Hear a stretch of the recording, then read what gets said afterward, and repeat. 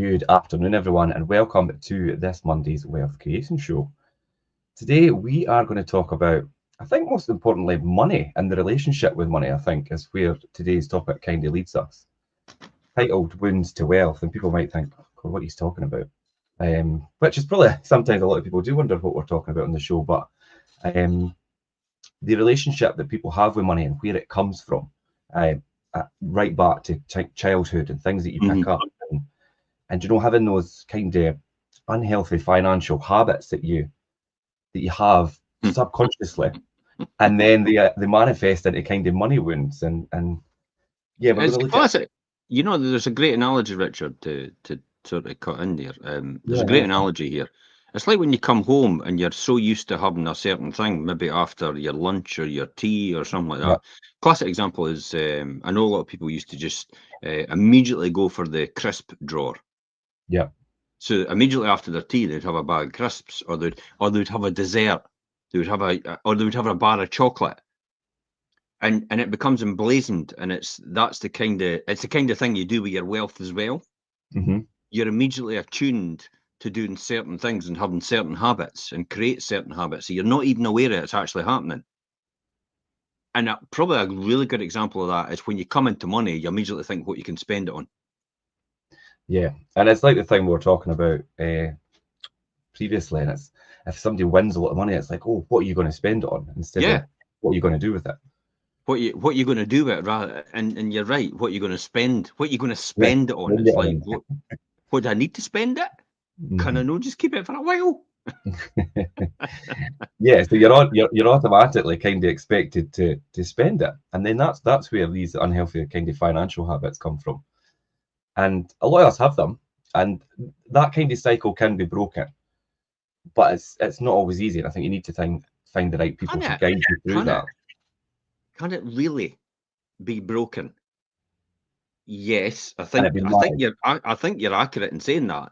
But I'll guarantee you 95% of people even tuning into this, and 95% of people in the world will not be able to break that habit. Mm-hmm. And they will not become wealthy. They will not become financially free, and they will never become rich either. Now, if you think that's no fair, you're obviously part of the 95%. Mm-hmm. Because you're immediately assuming it's you. Mindset. Yeah. Mm-hmm. You're immediately assuming it's you. It's like it's like a classic example of when somebody said, when I walked into my class when I first started business computer studies, the guy said, come December, half of you will be gone. And I looked at the other person and went, oh, see you later then. Because I'll be staying. and that's that how it transpired then throughout the course. Yeah, half was gone. Yeah. Half was gone by December, because that's just the nature of how that works, that business. It's the same way probably people starting their own business as well. The majority are actually gone by 5 years. A lot of them are gone by 2 years when they start their own business. So it's the same sort of cycle and the same sort of habits. You just have to choose what group you're going to be in. And generally, that's chosen by the actions that you take and implement as a result of what you're doing day to day. Mm-hmm. And it's never given up. It's been consistent. It's been persistent. It's just keep going. That's it, really. It's no just turning up. It's actually doing something. That's what I would say. It's not. A classic example is, I'll read a book about Think and Grow Rich. Mm-hmm. Is it going to make me wealthy? Not unless you implement what's in the book. Nailed it. You've got to implement. Mm-hmm. You've got to implement what you're about to do, and you've got to stop the habits that create you being poor. And I'll say that again. You've got to stop the habits that make you poor. Go and tell us, Jim, through your journey, obviously, you've been obviously building your own wealth and your own journey for very near 30 odd years now. Was there a lot of habits you had to break, or things like that kind of cycles you had to get yourself out of and kind of rewire your financial thinking towards money in certain aspects or areas? Or were you always quite savvy? There's a misnomer here. Okay. Misinterpretation. I've been building my wealth for 58 years. Okay. Ever since I appeared on this planet, I was building my wealth. Think about that. Tell us how then. How Well, from birth, basically. when I was at school, everything I was learning, or everything I was, all the mistakes I was making was Hmm. going to build my wealth eventually. Yeah. Okay. And I accepted these mistakes. I eventually accepted these mistakes. It took me a long time to do that. Obviously, the books, my mentors, and all the rest of it I had, them made me realize that all the mistakes that I'd done before were actually really good. It was actually leading for me to be, it was leading to me being successful because I was learning from them. It's either a blessing or a lesson, Hmm. one or the other. Whatever you do and anything you do, if you do make a mistake, it's either going to be a lesson or it's going to be a blessing. A blessing could be the fact that it teaches you something miraculous that you should to do. The lesson is maybe don't do that again. I've got a screwdriver. I've got a plug or a socket. It's like, do you put the screwdriver in your socket? No. Everybody knows what's going to happen next if you do that. Yeah. See how that's learned behavior. Hmm. Everybody knows what's going to happen next about the screwdriver and putting it into a socket. Everybody knows you're going to get electrocuted. Everybody knows what that's going to be like. It's probably going to be death for some people. That's why. So there's the lesson learned straight away. But Yeah. you've not done it yourself, have you? No. But you know You've what? learned from someone else. So it's learned behavior from someone else. It's not learned behavior from your mistakes that you're making.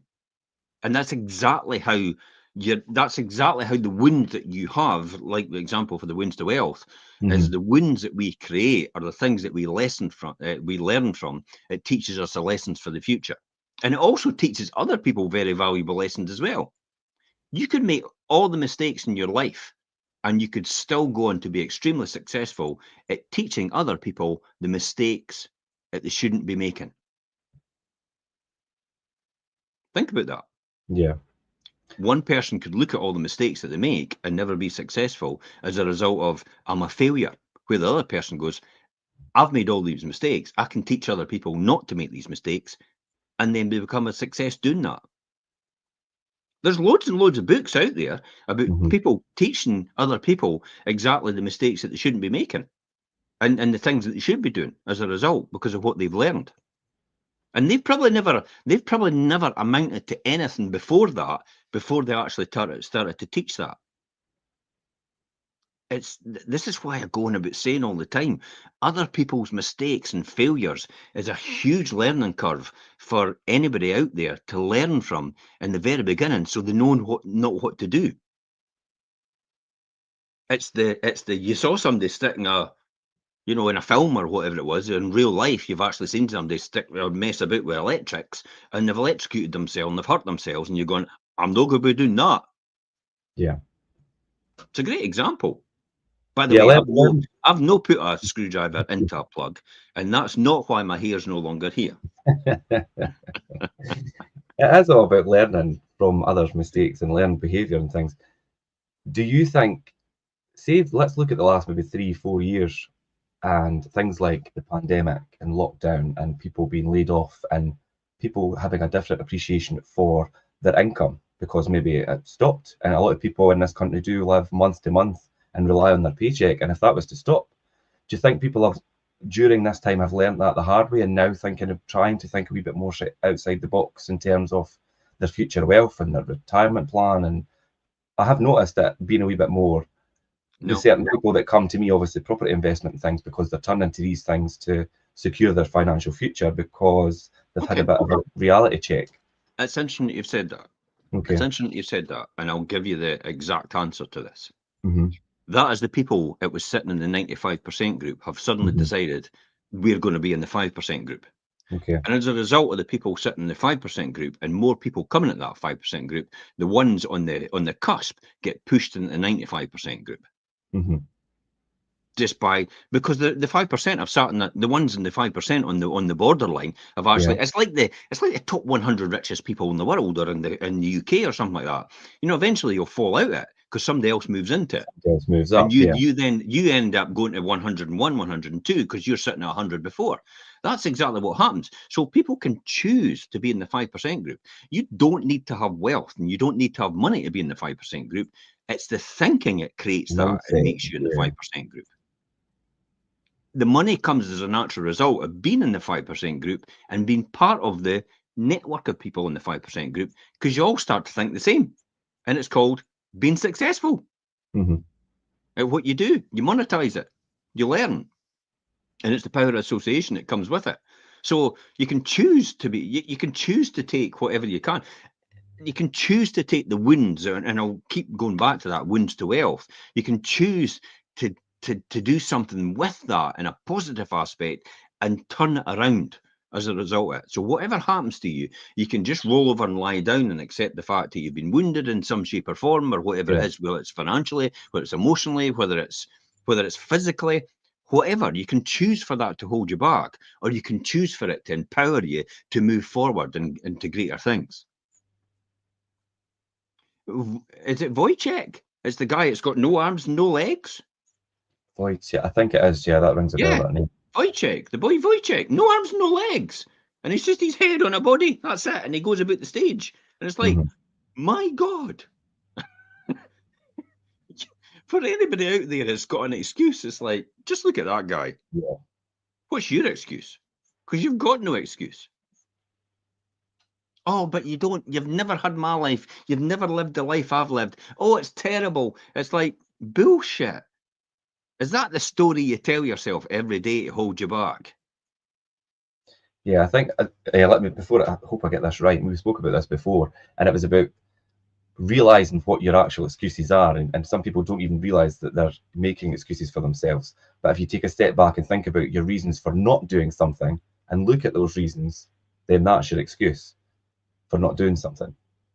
Well, let's take the reason, the thing that you want to do. Yep. Okay, you're not really sure why you're not doing it, but make it really big. No, instead of if you want to buy 10 properties, I tell you what, go out and buy 50 properties. Go out and buy 50 properties, or tell yourself, I want to buy 50 properties now instead of buying 10 properties.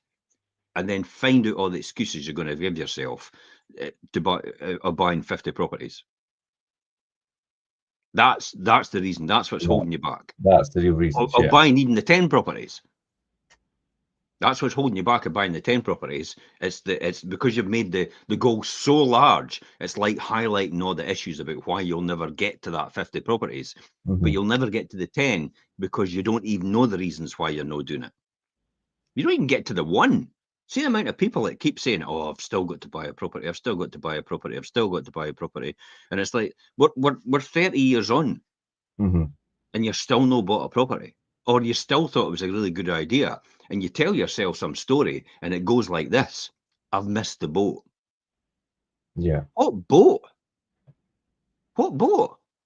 You've missed no boat. There was never a boat to get on. It's always now. Because if you do what everybody else has done, I've talked about somebody it seems to have a real jealousy of me right now for some particular reason. They probably just, comparison is the thief of joy. We know that.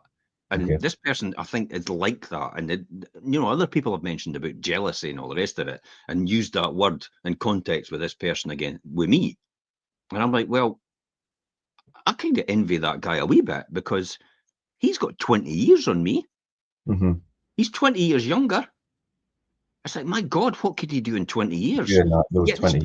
This person does not know that. He would rather be bitter and waste his time and waste his time and energy on focusing on how successful I am and how has he not got that, into the fact that saying he's got 20 years. 20 years to do that, yeah. I dare you to do better. Whoever's listening right now, I dare you to do better. I dare you. Yeah, that's quite an interesting thing that they're too caught up in that mindset when really they've got all this time to do it for themselves and probably even better, do you know what you say? It's like me looking at Alan Sugar, as I said before, and I've said it numerous times about Alan Sugar. He's a billionaire. But Alan Sugar's 20 years older than me. Richard Branson's 74. I'm 58. Am I? Can't remember. Yes, you are. Maybe I am. Aye. Yeah, I am. Yeah. Am I? Yeah. I am 58. Yeah. Yeah, you're 58. I'm 58. So I've got I 16 only know that years. because there's exactly 20 years between us. Now, whether I want to climb that, whether I want to climb that mountain, a completely different story. But Yeah, I'm certainly going to make a dent in 16 years about as of where I am just now to where I can be. yeah, And I might not be anywhere near what Richard Branson or Alan Sugar's got, but I'll certainly be a lot better off in 16 years. So I've got 16 years and I've got 20 years on Alan Sugar. yeah, I think I could do better than what I do right now. And that's why it says to put people, I dare you to do better than where you are right now.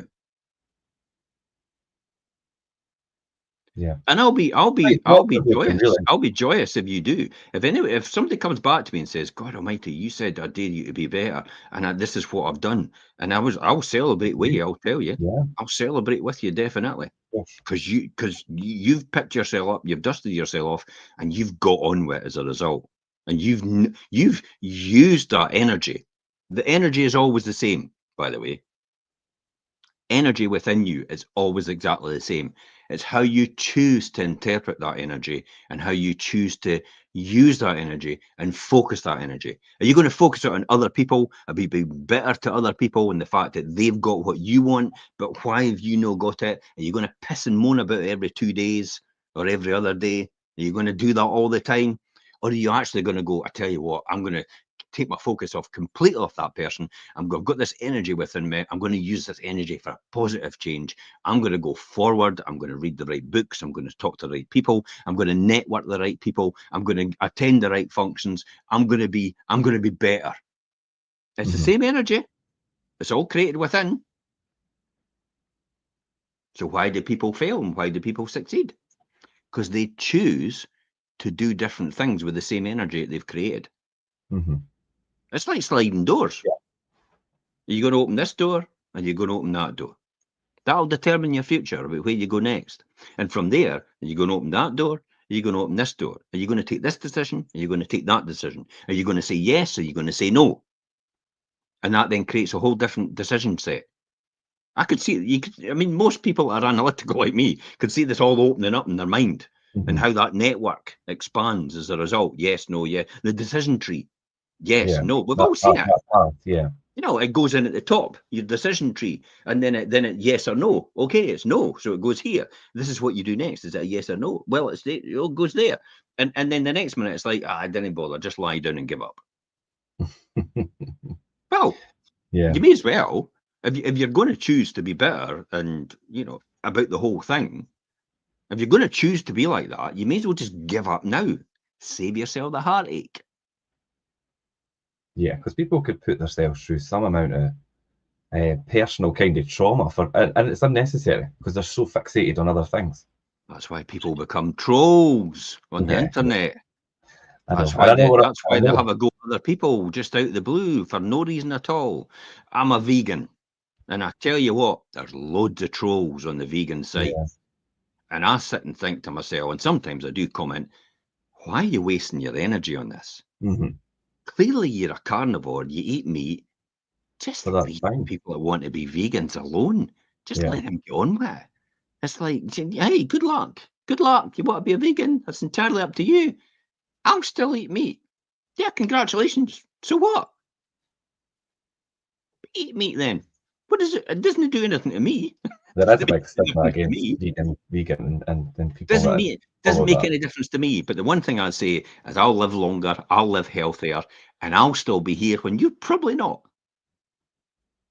Yeah.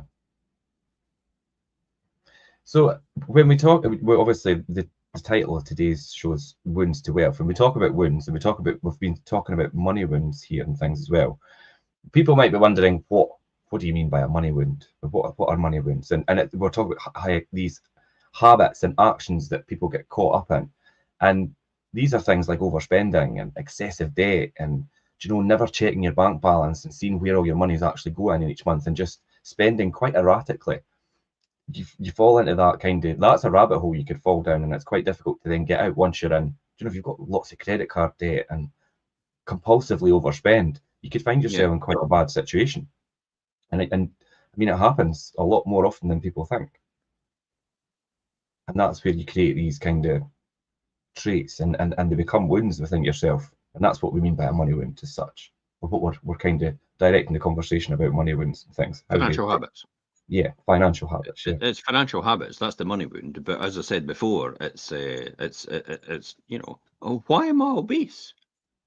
It's because you can't stop blooming eating the crap. Yeah. It's a pretty obvious one. Don't say you're big boned or it's just the way you're made up. It's not. It's not at all. Mm-hmm. It's for most people, it's because they're eating crap. That's what it comes down to. The easiest, the smallest diet book ever. You could write basically on the matchbox. If you know what a matchbox is, it's about this size. Yeah. It's like eat less, exercise more. Or maybe eat the right things, exercise more. That's it, in a nutshell. Problem solved. Yeah, because I mean, we'll sidetrack into dieting and things just slightly, and dieting has really become quite a different thing in a lot of people's minds than what it should be. A lot of people think, well, I need to eat hardly anything, but it's about eating the right things and then applying the right exercise to go with those proper nutrients that you're eating to make your body function properly. Yeah. I can't stop eating. I can't stop eating. I can't. Well, for one thing, you tell yourself you can't stop eating. Mhm. So your mind goes, yeah, you can't stop eating. So let's keep eating. That's what happens. So if you tell yourself that, but also your body goes, you're not eating the right things. So keep eating till I get the right nutrient. That's what the body does. The body knows exactly what it wants, and it tells the brain, I don't have enough protein, I don't have enough vitamin B, C, D, E, magnesium, iron, all the rest of these things. Could you Mhm. keep eating until I can get that? That's why you feel hungry all that time, because you keep eating until you get the right nutrient. McDonald's isn't the right nutrient, by the way. No. It's just carbs and shite, Yeah. all mixed in together with a bit of sugar on it to make it taste better. So, That's what it is. And what if you're eating vegetables? That's exactly what you should be eating. yeah. Now, let me give you an explanation. And people go on about this about vegans, for example, and I'm not going to make this about vegan, but let's talk about that. Okay. It's absolute lunacy to think the animal is what you should be eating. The animal is the catalyst in between, because the animal eats the vegetables and the all the crops and everything like that. The animal eats that, and it takes the protein in and everything else, and then we kill the animal, and then we eat the meat as a result, and therefore we get the protein from the animal, ate it from the plants. Cut the animal out and just eat it direct from the plants. But agricultural systems will make you think differently, because they want to keep themselves in the industry. They don't want the Mhm. industry to die out. All you do is you pivot from one industry to the other. You know, the carnivore industry disappears and the plant eating industry appears, and everybody retrains for different jobs. That's it. We're all still here. We're all still making money. That's all that happens. Yeah. And that's that. So it's the same. It's the same with wealth. It's exactly the same thing.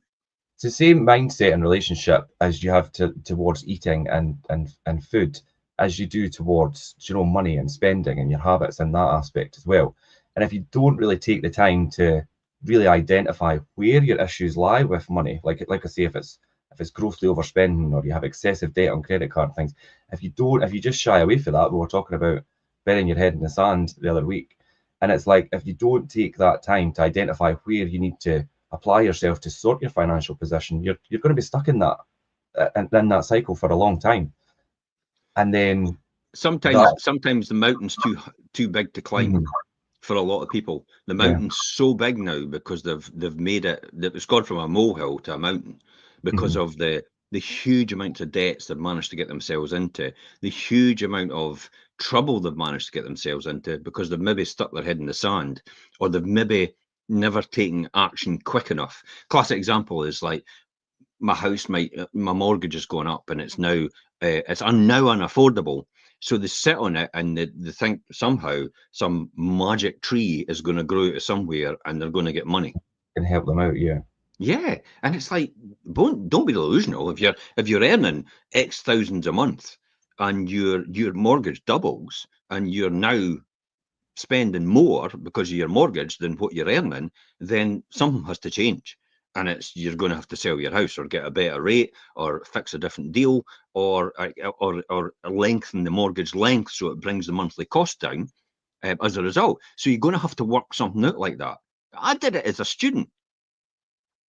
First thing I did as a student, we had 2 car debts, we had a mortgage, we had other loans and all the rest of it, and we had credit card, and I just consolidated the whole lot, pushed it out to a longer period of time, and made it a more manageable monthly payment as a result. Maybe it cost me a wee bit more.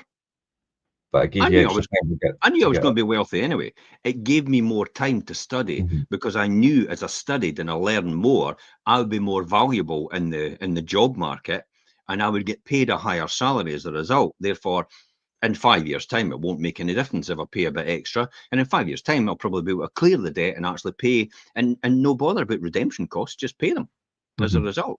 And that will allow me to pay everything off because I know I'll have a job that pays double the value of what I'm getting now. And that's how I looked at it. A lot of people just don't do that because they just think they are where they are and they'll never change, and they can't learn anything new, and they can't add to their skills. And it's probably a byproduct. Everybody has told you all that all your life. Yeah, that's what I was just going to move on to. And it's interesting you say about learning something new and how to evolve and not being stuck on what you've already learned from before. And that's where this kind of relationship with money's formed. And it's more than likely in your childhood and what you're taught by your parents or whoever was your caregiver or whatever. And that all stems from the attitudes and projections and experiences from them as a child. And if you don't learn any different moving on, then you could get stuck in that mindset about your relationship with money for the rest of your life. Oh, absolutely, every single time. That's gonna hold you back. It's everything you've been told since you were a child. Probably classic examples of that, I would say. Everything you've been told as a child. Let me just think about that. What makes you think you're so special? We've all been told that. Yeah. What makes you think you're so special by your peers? I think that's the major cause of everything. Yeah, and there's a lot of terms and things that are said to you as a child, and you hold them in your mind, and subconsciously they will affect the way you react to money and your relationship with money, and ultimately your own wealth moving forward. Because what makes you feel you're so special, or money doesn't grow on trees, and do you know all these types of things that we're taught and said I used to get told that all the time. Yeah. I used to get told that by my mother and father all the time. You know, money doesn't grow on trees. And I used to go, but money's made from paper. And paper comes from trees. So why does money not grow on trees? That's weird because I used to get a clout across the lug for it. What do you? Being smart. You know, honestly, my mum used to get annoyed at me because I used to see the world in a black and white way, and I still kind of do. It's quite difficult for me to say it another other way. You either do something or you don't. You know, you put your hand up. I put my hand up. So did you do it or did you try? Well, I just did it. I never tried to do it. And that's how I see the world. So when I used to get told these things, I used to say, you know, well, why does it not? Because it's made from paper money and a tree is paper. So, and this was like 8 years old. And so what makes you think you're so special? Money doesn't grow on trees. We don't have enough. We can't do this because we don't have enough. Not we can't do this. We can't do this because we don't have enough. Not if we, I mean, there's a classic example. If we save up, if my parents had said that to me, if we save up, we'll be able to do that. Nobody, I never ever heard that when I was growing up. Yeah. So needless to say, I never knew anything about saving really. I just thought spend, spend, spend. That's it. And I used to get told every single time, here's the phrase that I used to get told: money burns a hole in your pocket. I've heard that before. Yeah. And you can't see green cheese. That's another one. I had no idea what can't see green cheese. I now realise it's like you can't see cheese going off. You have to eat it quickly before it goes off, and you have to spend the money. That's what that means. It's an analogy of that situation. But these are the sort of things. That's no for the likes of us. What do you mean? I'm no sorry, but I'm no the likes of you. But that's what you used to get told by your peers, and they You're still do it. categorizing people straight away, and it's like then it puts you in that I'll mindset. guarantee you, every single one of us has done this at some point in time. Every single one of us has said that to a child at one point in time. That's Mhm. not for the likes of us. Don't get ideas above your station. That's mental, eh? Mhm. Yeah, And and they will surely, wonder surely why. that We type wonder of why our children don't excel. You're lazy. You're a good for nothing, lazy bugger. I've been told that. My grandfather used to call me lazy all the time. You're bone Mhm. idle. You're lazy. You're bone idle. Because I wouldn't do the things that he wanted me to do. Yeah. So he just used to have a go at me all the time. And surely these types of things have, I mean, they obviously do have a lasting effect on anybody and as they grow. And then it really makes you in that belief where you think, do you know, maybe money isn't that easy for me to attain or to build wealth because this has been indoctored into me that, I don't know, you're lazy and money doesn't grow on trees and this isn't for the likes of you. There's quite a lot of things, and they will have a profound effect on people as they go further in their life without being told different or learning from somebody different. Yeah. Money is an easy one to obtain, I would say. Hmm. See that a I, lot of I, people may not think, or there's loads of money out there, Richard. There's definitely loads of money out there. You just have to understand how to attract it. That's all it comes down to. I was just going to say, what would you say to people watching that might think, well, you're saying it's easy to obtain money. There's a lot of money out there, and some people might say, well, no, it's not. How am I meant to do that? Do you know what would You you have to say to them? become the key person of influence in your Okay. field. Hmm. So whatever it is you do, you'll start off at the bottom and you'll start off as a trainee. A classic example, you start off as a trainee and then you'll get a bit of experience. And then once you get a bit of experience, you'll be a bit more value you're worth. Hmm. You'll be bringing in business. You'll be doing deals or whatever Uh-huh. it is you're involved in. You'll be better at what you've got, so you'll be more senior position. So you'll attract a bit more income as a result of it.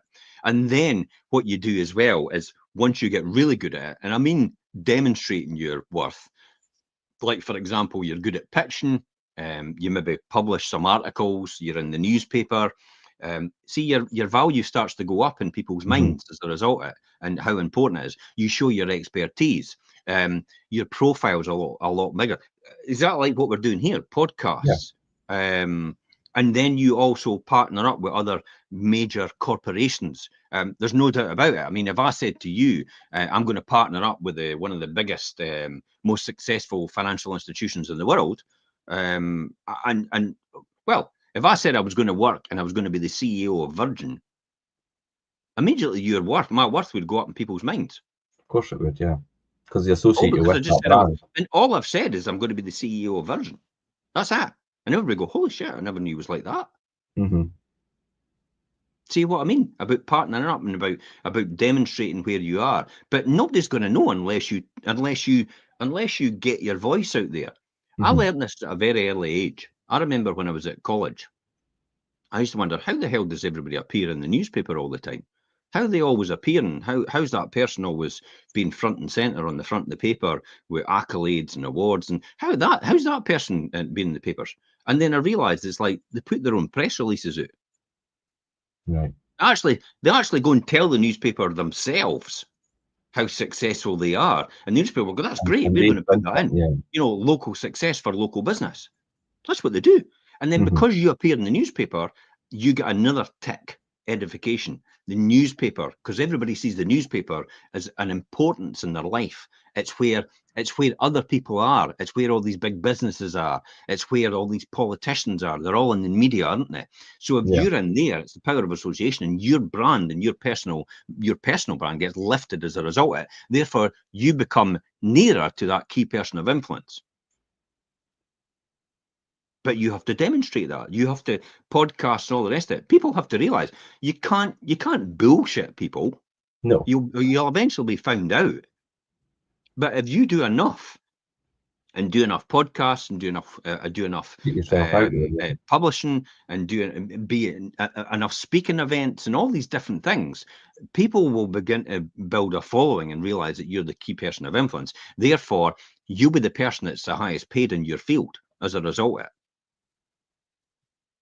Yeah. Look at all the musicians in the music industry, all the singers.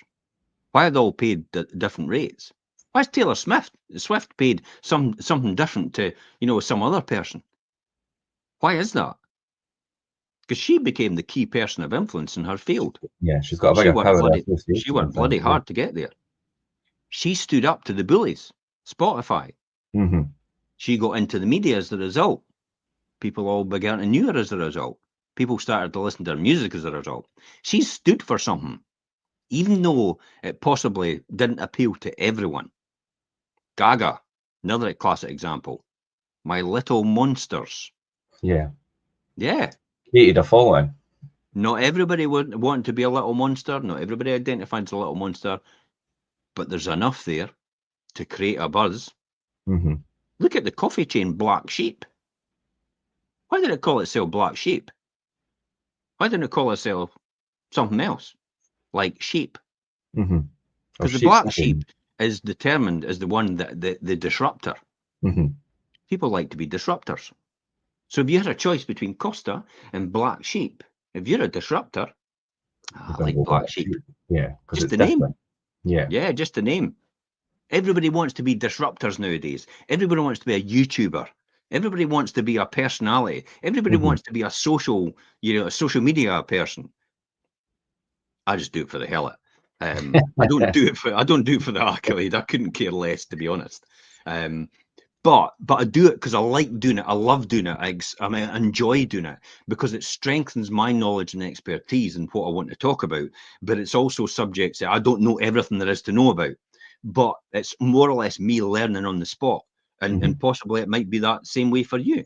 Yeah, of course it is, and it's a good way to open up conversations. And it's like you say, we've went a wee bit off topic a couple of times today. We don't always stick to the actual topic in hand. It's a discussion where we could explore things and then both learn. And it's that bank of knowledge as well, I think, because there's so much that goes on, I know, in your mind, and it's quite good to get it on here. Your mindset, here's the quote. Yeah. And you're looking for something, a graphic here.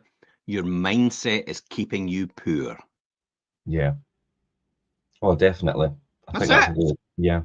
There you go. There's our graphic. There it is. Your mindset is keeping you poor. Right up here. Yeah. Yeah, you're absolutely right. And it's your mind. Your mind's the thing that could hold you back or could propel you forward. Yep. Are you poor? Are you skint? It's your own bloody fault. Yeah. In a nutshell, it's your fault. No one else's. It's not the government. It's not your parents. It's not your partner. It's your fault.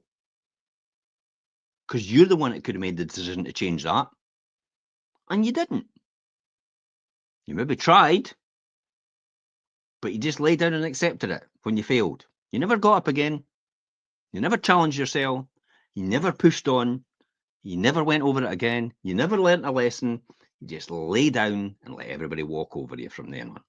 Yeah, and it's the bury the head in the sand thing. I think is if you want to really make changes or want to identify, if you've got these kind of money wounds or money issues or things that are holding you back, take a good look at your finances or your current situation or where you are, and if you're not truly happy with any of that, then be quite honest with yourself. In fact, be brutally honest with yourself, because you need to be. Absolutely. And think this is where I'm not happy. I need to find a way to change it. Or if you know the way to change it, actually apply yourself to change it. If you want to change some things in your life, you're going to have to change some things in your life. Yeah. If you don't change anything in your life, you're going to be exactly where you are in the next 5 or 10 years because you've changed nothing. Mm-hmm. It's the perfect example. You walk into the pub and you see all the people that were there 20 years ago doing exactly the same things they did before.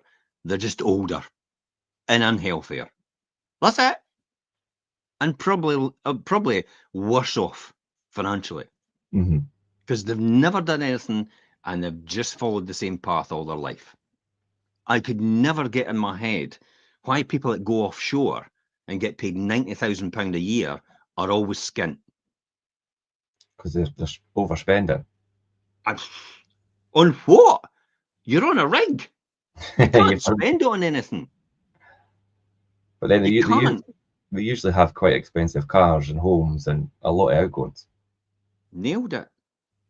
And they all associate together. Hmm. So they all do that. And they have habits which are not healthy as a result. And I mean, when they go off when they come home for their time, it's usually spent in the pub. Hmm. It's usually spent in the bookies. It's usually spent in both, by the way. And that's the type of things they do because they've got no social life really. They've got no social network of people because it's an unsociable profession. Because they're away for several weeks at a time and then back again. And that tends to be what keeps them poor. Everybody thinks they're rich, but they're not. They're skint. They need to keep working. They've no other choice because they've lived hand to mouth all the time because they've spent all their money on things that they don't really need. Mhm. Imagine buying a BMW M5, like something like 95 or £100,000, and then for half of the year you're not even in the car. Aye, It's so sitting in your bang, garage. bang, yeah. Yeah, because you're working half of the year. In theory, because you're 4 weeks on, 4 weeks off, or whatever it is to do, and then half of the year it's sitting in the garage. What's the point of that?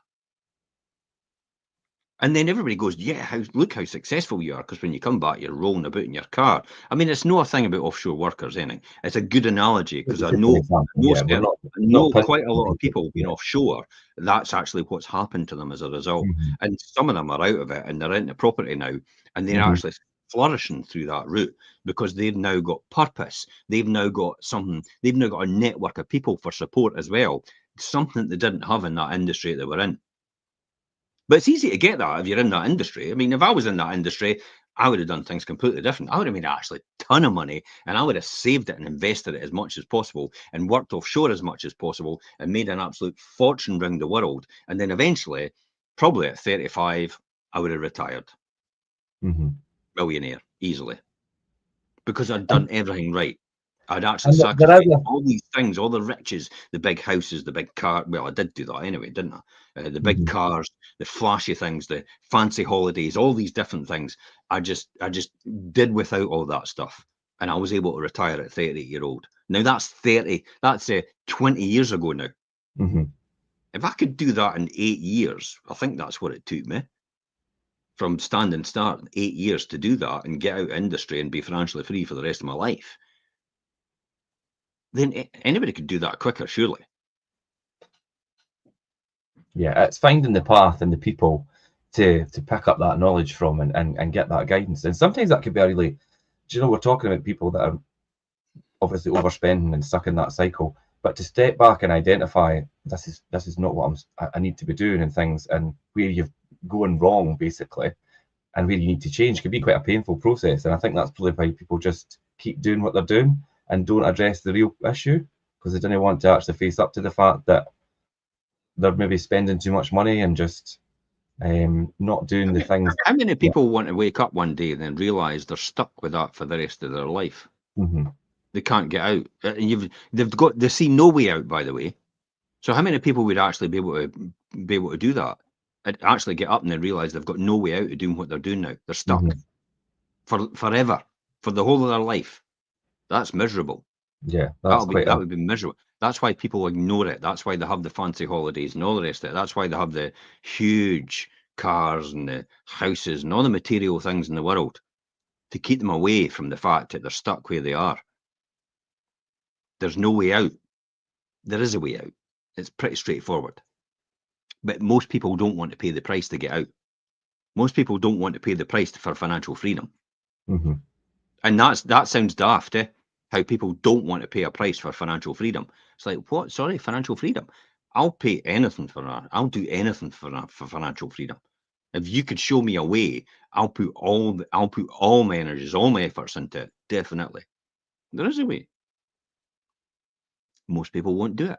95% of the population won't do it. We're presented with 5% will. I'll guarantee you, they'll do it.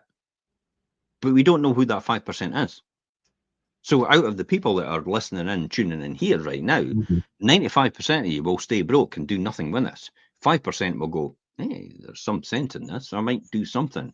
And they'll apply some of this knowledge and they'll apply some of the information, and they might get morally further forward, and they might learn a bit more from someone else, and they might speak to someone else, they might listen to another podcast, they might read another book, they might have another mentor, they might actually get a mentor as a result, and therefore they might actually get out it. And that's what the 5% group does. You don't know who the people are like until they appear Yeah. in the 5% group, which is like financially free and rich beyond what your wildest dreams. Yeah, definitely. And I think the first step, really, I mean, if you're thinking about these kind of money wounds that we've been talking about and how to kind of heal that, it's acknowledging what they actually are in their existence, and you know, if you're currently in that kind of situation, and I put a few examples in here, and some of them I've already said, like things that people say to themselves. If you're a person that's saying to yourself, you know, like, I'm not that lucky with money like other people are, or you know, earning lots of money takes a lot of hard work, or the rich get richer and the poor get poorer. I've heard that one a few times. Yeah, And then, watch. The people that started listening to this at the beginning, uh-huh, the people that are still listening are the people that are more than likely going to be in the 5% group eventually. The mhm, people that go at the very end are the people that I'll guarantee will probably be in the 5% group in some shape or form if they continue to do that with all the things.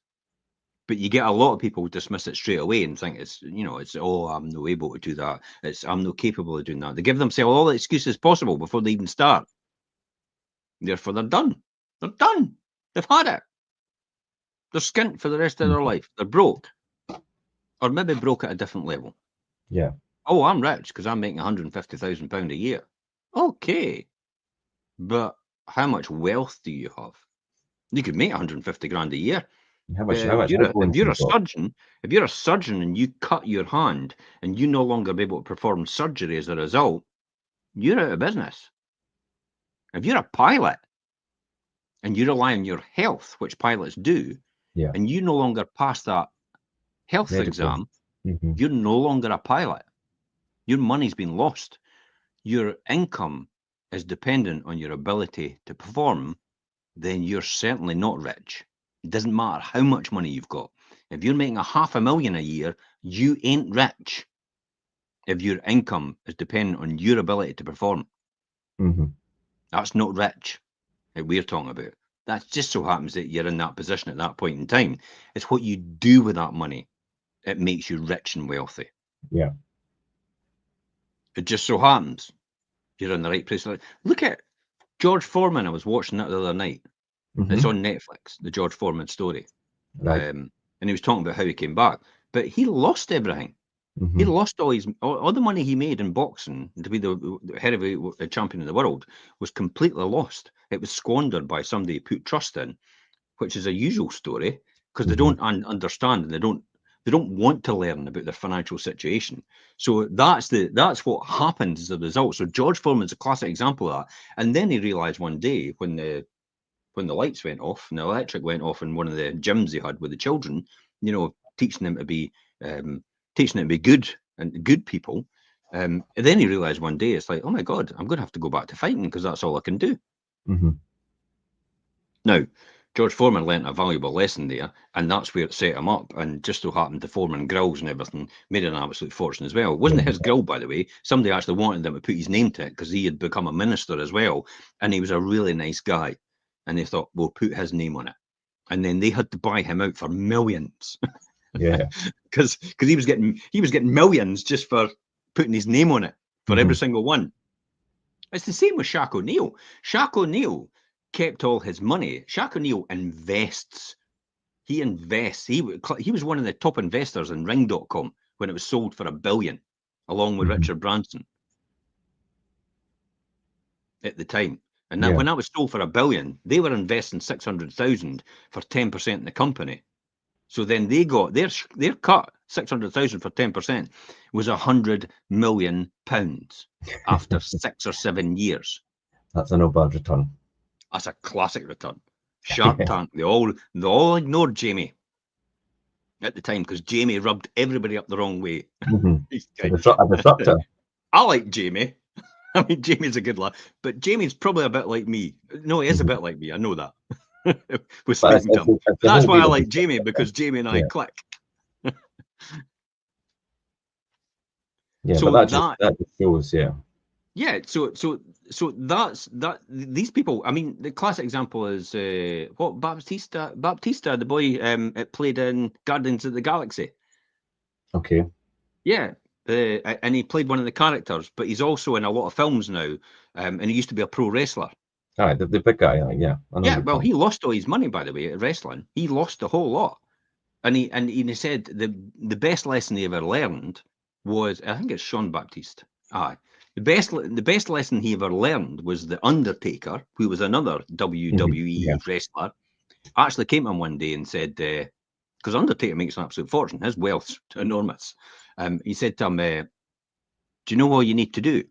He says, "What? What do I need to do to be rich and wealthy and successful?" He went, "Just spend less than you earn." That's all he said. Mhm. So he said, spend less than you earn, and then It invest the feels like rest. the simplest advice. Yeah, that's the simplest advice. It's the best advice I've ever been given, he said.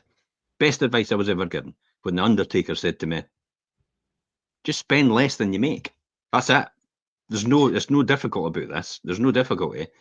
A lot of people just can't do it. They're There's a not lot of able to do that. Yeah, there's a lot of stories and a lot of like famous sports personalities and things as well, where they've been really successful within their sporting field or whatever, but they went on to do a lot of other things.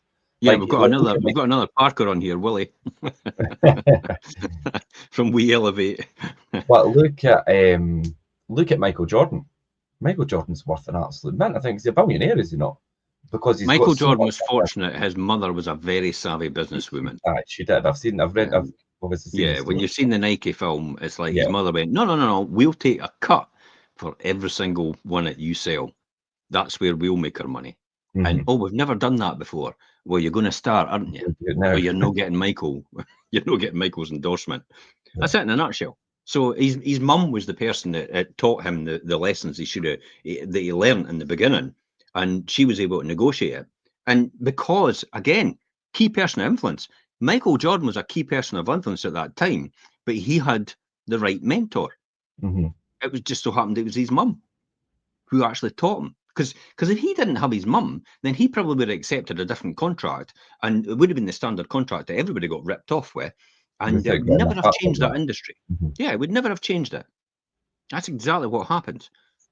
I'll come back to Taylor Swift. Classic example with Spotify.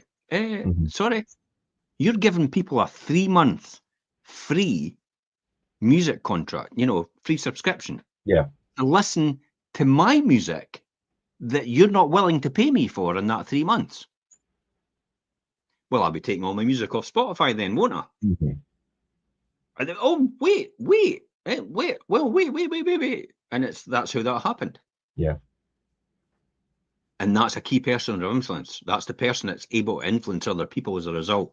And these are the people that trailblazed the way. But that's as I said, to be the key person of influence, there's no much to do. It's just basically you've got to learn how to pitch, how to publish, what products you're going. You increase your profile and work with the right partners as a result of what you're doing.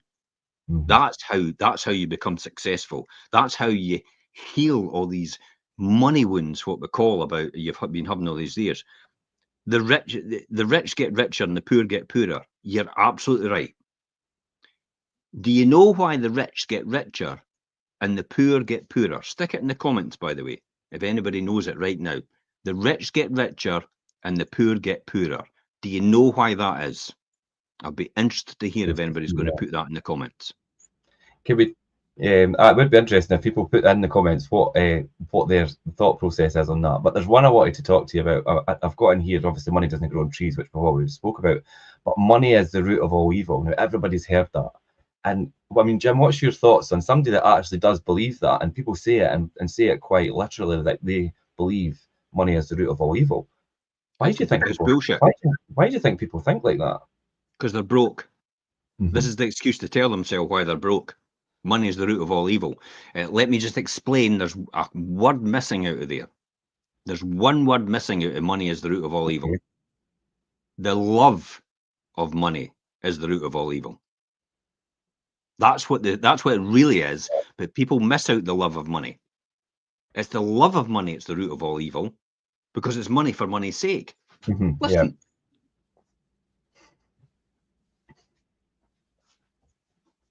What is that going to do for you? Yeah. What is that going to do for you? Eh? Nothing. It's paper. It's paper. Yeah. It's paper until you do something with it. That's the reality. That's nothing. Money will do nothing. All it is just a tool to do what you want to do to better somebody else's life, or maybe even better your own circumstances. Yeah. That's the most important thing. I saw something the other night, and it was a billionaire's daughter, and she was on TikTok, and she walked out the door. She must have been 8 years old, and they're going, "Oh, how much is your handbag?" I mean, "Oh, that's $4,000. Oh, how much is your top? Oh, that's so and so. That's $30,000. Oh, where's the?" And this is an 8-year-old. Yeah. And everybody's on there going, "Oh, isn't that oh, she knows the value of everything," and all the rest of it. And I went, maybe show a video of her helping someone else for a change, rather than herself. Maybe that'll teach her something more important, rather than actually the value of something. There's no value. There's no value in this. The value to me is it keeps me warm and it keeps me covered. It's not monetary value for this, for what I've got on. There's nothing. There's no value to this until you use it for something else.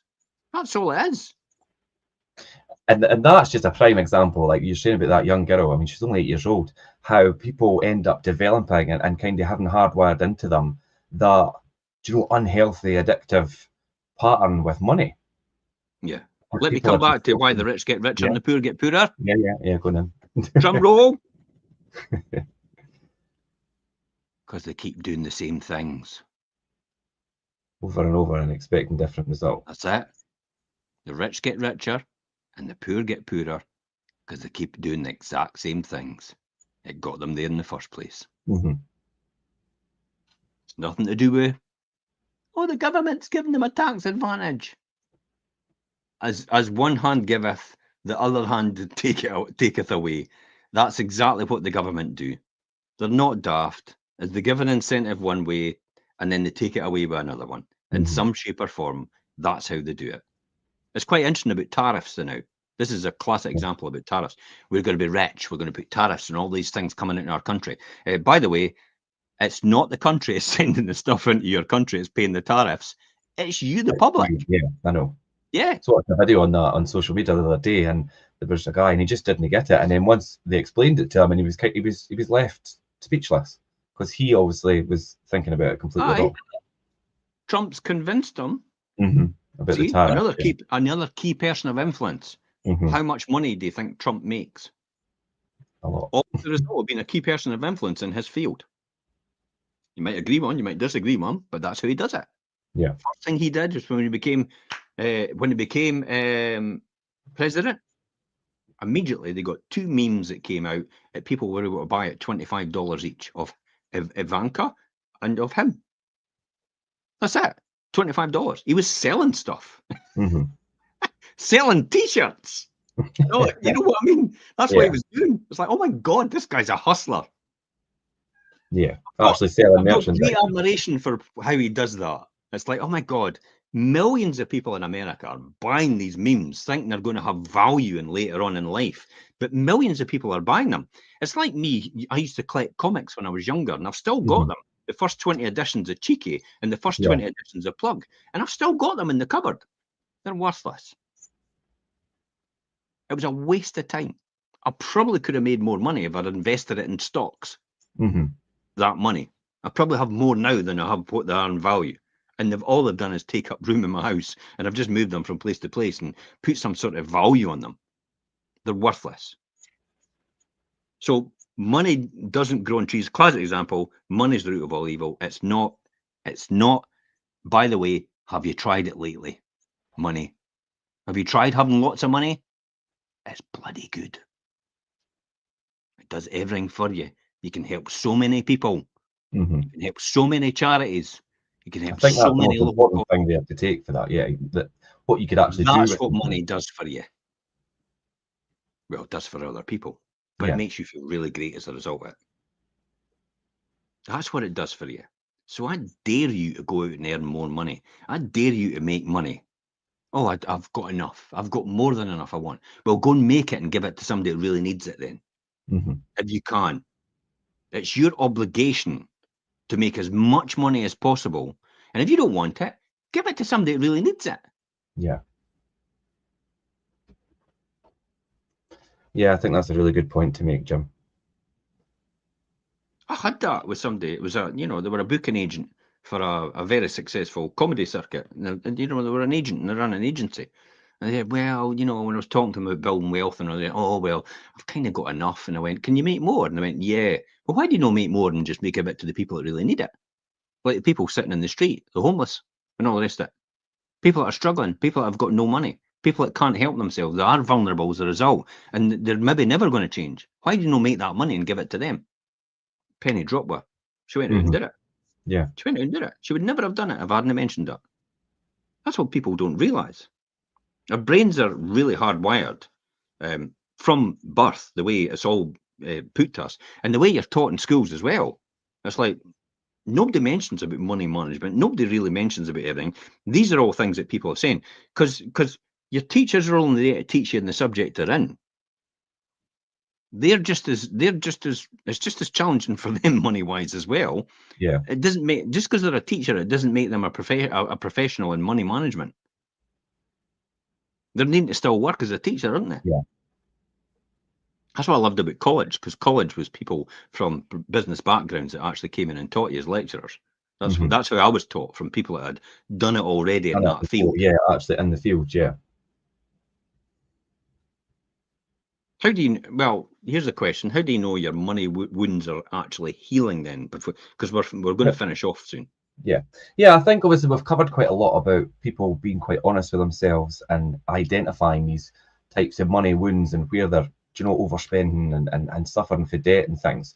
If you really apply yourself in the right way, taking the right advice to the right people, eventually you'll find these kind of old unconscious behaviors like overspending or ratting up credit card debt and things very uncomfortable.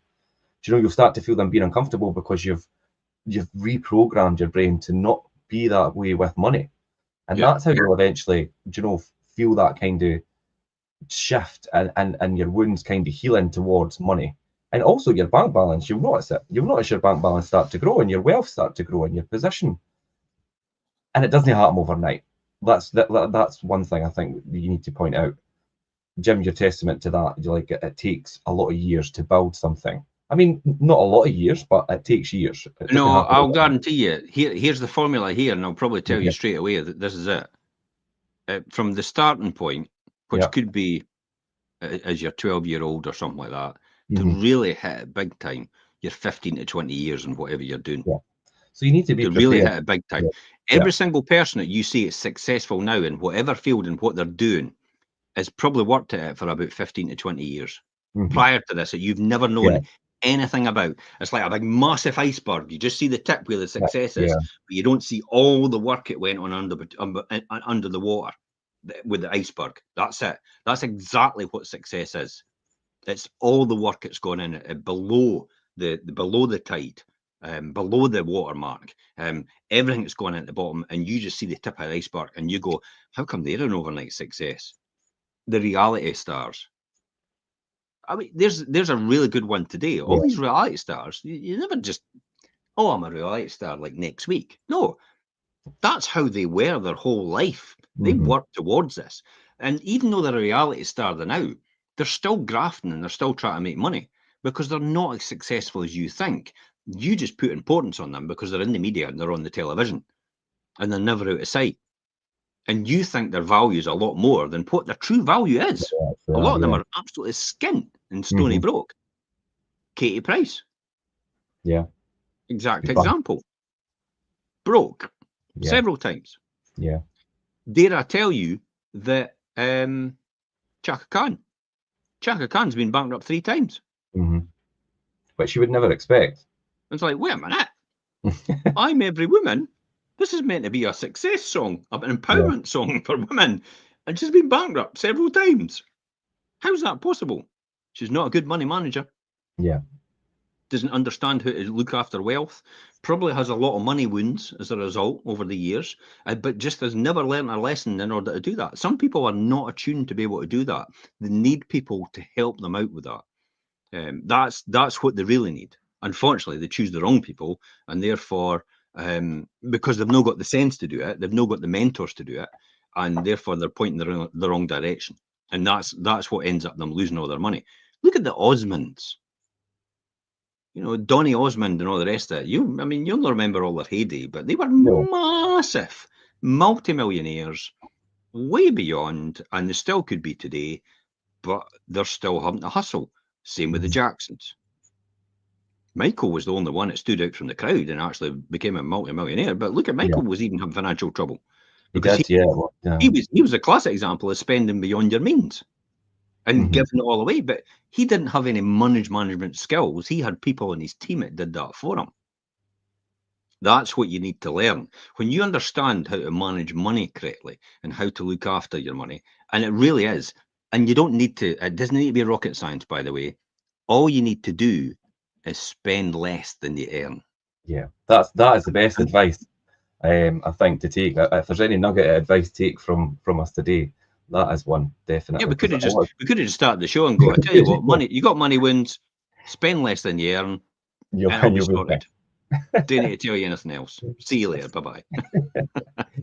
No, it's a really good, and it seems so simple, but it's a really good piece of advice. But yeah, let's round up on today's show. And I think, like you just explained there, Jim, and made quite clear, so often people's relationship that they formed with money is very unconscious, and it didn't come from something that happened overnight. Do you know, most often people's stories and that they have come from money. It's not even their story that they've got these money wounds from, or these thought processes towards money. So if there's something that you have like in your mind towards money and your own financial setup in your life, then it's probably been picked up for somewhere along the way. But you can change it. You just need to speak to the right people and learn the right things and how to apply yourself. Absolutely. Okay, right. Thanks for that, Jim, and thanks for all your insights. That's no real money, by the way. That was right. See that word that says copy? Copy right there. Copy. They're fake. So don't think I've got loads of 50 quid notes and 5,000 pounds worth of 50 quid notes in my house. I don't keep money in the house. Right, okay. Thanks for everybody watching today, and if you're catching on the rerun, jump in the comments. We will still come back to you. Other than that, we will see you next Monday, 12:30 for the Wealth Creation Show as usual. Catch you later. Bye for now. Bye.